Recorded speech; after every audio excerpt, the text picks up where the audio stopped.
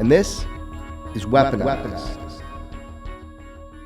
For people that don't know, so AATIP, we keep saying that, it's bears to repeat, Advanced Aerospace Weapon Systems Application Program. That was the largest, best funded government DIA UFO program in history that is publicly known. And then as that transitioned, it turned into AATIP, Advanced Aerospace Threat Identification Program. So those are the acronyms that we keep talking about. But I think it's important to show that there's individuals and intelligence agencies that are taking this seriously and building infrastructure for better reporting and want to be transparent with the American public to the degree that is safe with, with problems, with foreign problems. That's so encouraging. I love that there are a multitude of agencies now that are developing beyond an interest, but a process to help bring this information to where it needs to go. It will make you and me obsolete maybe as journalists, but it's great, it's happening. AATIP, the DIA program, lasted 27 months, and then, because of it got into some pretty controversial areas and became a hot potato within the Pentagon intelligence community. Lou Elizondo steps forward and was able to keep something going, a form of the program. It's not as big, it's not as high profile, but he kept it going and was upset eventually that it just didn't get enough attention. It didn't get enough resources to be able to do the work they really needed. Jay, who was working with Lou, they're good friends, a lot of mutual respect between the two of them, moved on to another job. He was aware, as he told us, he was aware that Lou Elizondo was going to leave and the reasons why he was going to leave and was upset. He was not aware that the New York Times story was going to come, and then boom, it happens one day. So that's a funny thing. So Lou, I mean, really, that's people just don't get this, but Lou is a champion. I mean, he took something and he kept it going and he made it strong. And I think Jay really appreciates that. You could tell from the conversations.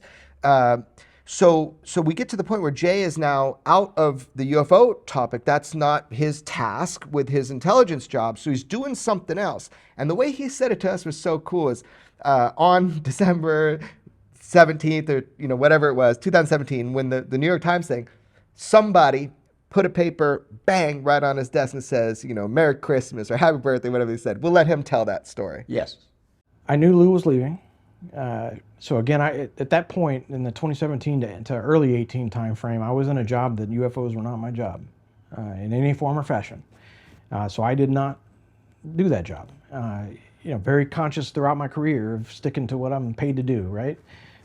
However, again, Lou and I are friends, and the folks that kind of took it over when I left, I knew them all.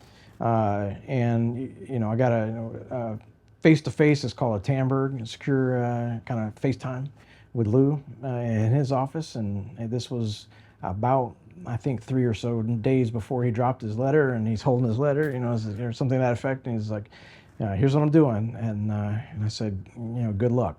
And then, lo and behold, he's on stage with Hal and Steve Justice and the team there, and I'm watching, and it's still at this point, I had no idea I would be back into this topic at all, right?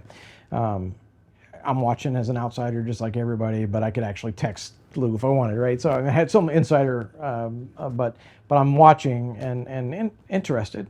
Are you sympathetic to his stated reasons for leaving, in that he was frustrated that I can't get through to the Secretary of Defense and tell him about this, and it needs to be a higher priority? I am. What we needed was a recognized, program of record, as we call it, right? We needed something that had the oomph behind it, the power behind it, the authority behind it to do a lot of things in order to get the answers that needed to be, the answers we needed. And, I was building towards that later, and I'm sure we'll talk about the task force, but, I had a 5-year plan of how we're going to get all of these things that we needed.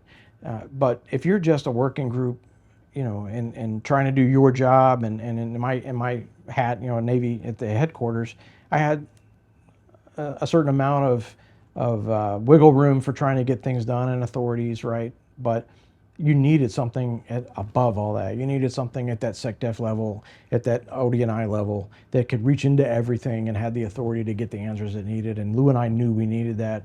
And every time we would try to knock on a door and say, hey, we need that, here's what we know, right? Here's what we've seen, a little bit of history on OSAP and other things. You get the door kind of shut in your face because it's back to that careerism. I don't know. I don't know. I'm afraid of the Washington Post.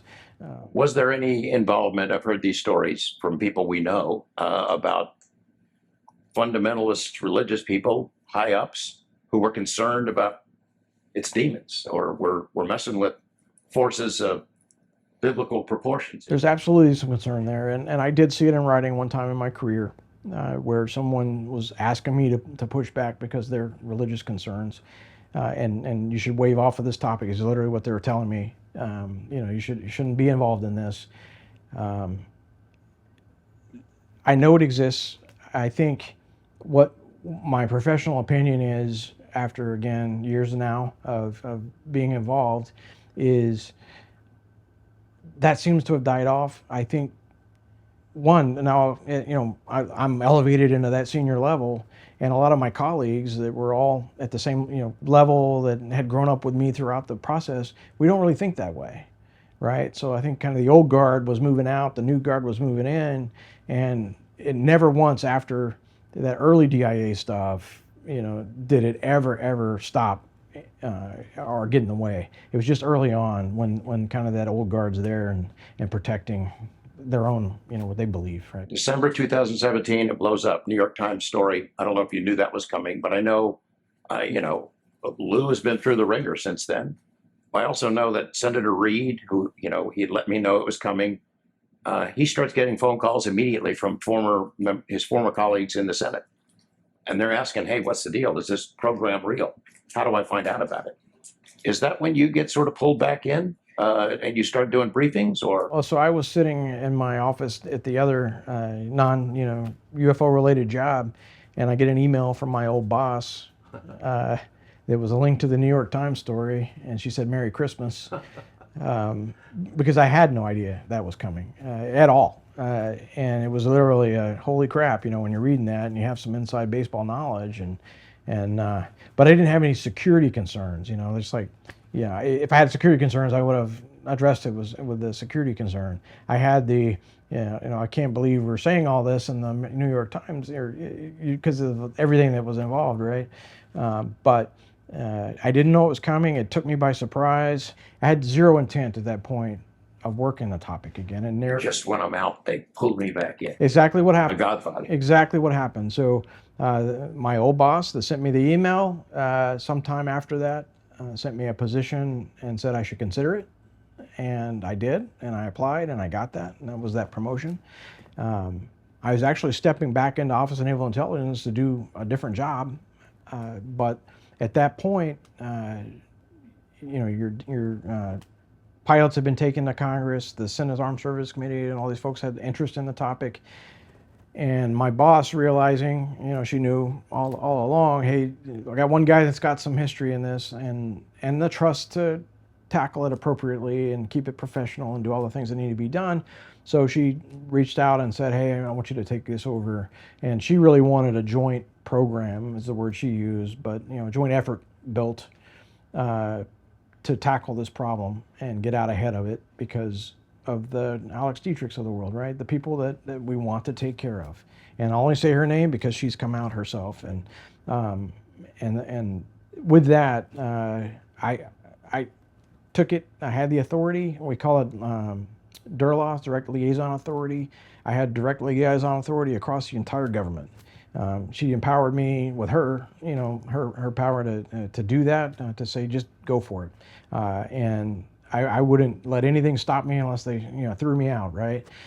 So I started going through my own education and saying, here's what I need. And that came from the years of looking at this, and I knew I needed things like the FBI and the Coast Guard and others for their Title 18 authorities. I needed folks with the right Title 50 authorities, the folks with the right Title 10 authorities, and to do this right, and to get that level of respect and And get to those true answers, you got to have the right people involved, right? So I went out like building a business and started knocking on doors. And now, thanks to my new rank, I pretty much got doors opened, right? And previously, they might would have opened the doors, but now, hey, let's see what this guy has to say. At that point, we had the gimbal and other things, right, that people know about, but we had more, obviously. I'm going through what we know, what we don't know, what we think, and everywhere I went, because again of that education of how to present the data, how to present the information, they went, holy crap, how can we help, right? And I ended up with somebody in each organization that was kind of my belly button and say, hey, this is your guy, he'll help you. And I just started building out that business and that framework and getting the things that we needed to be successful. I would call it at that point a partnership, not a task force, because really, task force is a legal thing and in the DoD circles. But we were this partnership with the right people across the services, everybody approaching it from the right perspective. Did it have a name at that point? No, I started loosely calling it a task force. But that was very loose. It was really, and the way I would brief it is partnership, as I kind of show who's helping out. But at that point, I am briefing Congress, from that day forward, right? I went in and briefed the couple of the committees on my plan. I had what I call a one-pager. Again, I'm, from a marketing perspective, everything on one page, and here's what I'm going to do, and here's how I'm going to do it. And they loved it, and they got behind it, and you saw some language coming out of the authorization for that. I heard it became a hot ticket that, whereas before it was nothing that ever pops up in Congress, and suddenly, hey, let's have a hearing, show us the videos. Absolutely. Yeah. And again, it's how you present the data, right? And there were still a few of the old guard kind of hanging out that could prevent me from being successful. And some of them did not want to hear from me, right? They don't want to get the briefing. But every time I finally got to brief them, they were supportive. Every congressman I ever briefed, except for one, I won't say who, and it gets back to the belief word. Everybody understood where I was coming from and the problem set, and that, at the end of the day, the business I built was working, and it was what we finally needed, right? It sort of reminds you of Michael Corleone. Just when I'm out, I thought I was out, they pulled me back in. It's a kind of thing. So he was not a UFO guy. Yeah. He was doing his job. Yeah, Each doing of the his job. times he was asked to do this, he was doing his job. And something else he said that really impacted me was, he was a really high rank, and I don't want to get into exactly like how that works, but we'd say an equivalent of, let's just say, really high rank. So a lot of people could have pressured him because of their rank to try to diminish the work he was doing, but he resisted that all along the way and did the right thing. And I thought that was a really cool thing to hear from somebody and to know it to be true.